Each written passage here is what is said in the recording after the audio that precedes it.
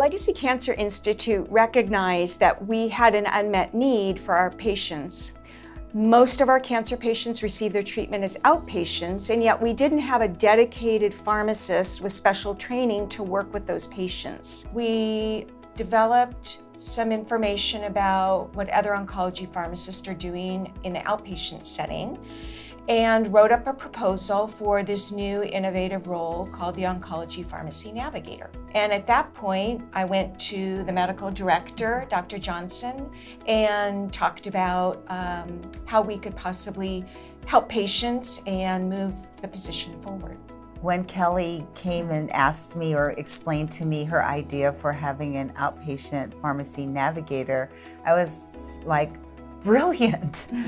Exactly. I mean, it's such a need. Our first priority was to help our patients, but we also realized that we needed to justify the position financially so that it could continue moving forward on an annual basis. Pharmacy navigators spend a lot of time doing education with patients and their families. We wanted the pharmacy navigator to really serve as the advocate for patients to try to simplify their medicines as much as possible.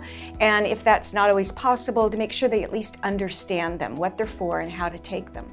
The pharmacy navigator and Kelly has played a huge role in helping people not have to make that decision between getting their medications and eating. Many cancer programs have pharmacists involved, but they're employed by the pharmacy department.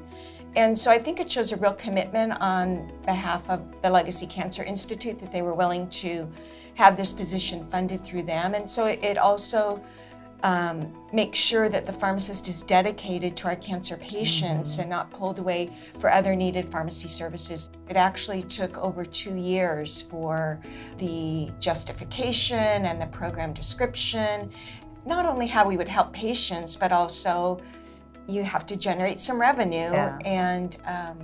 And so luckily we were able to do that very successfully.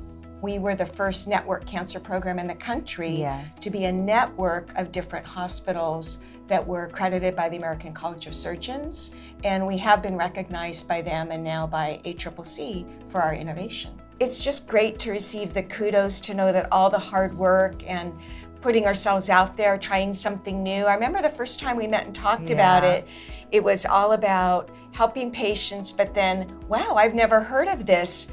This is a national first or a local first or first in our state, and that always feels great to be the first at trying something successful. The fact that we did this and we sort of showed the way, that means that now we can be an example that others can use to help their patients. So by doing this, we not only helped our own patients, but hopefully we're going to help patients around the country as well.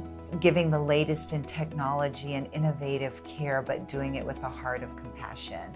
So wrapping around the patient in all the ways that we can is really critical to us. And it just goes along with what we say, the Legacy Cancer Institute is where healing, heart, and hope are one.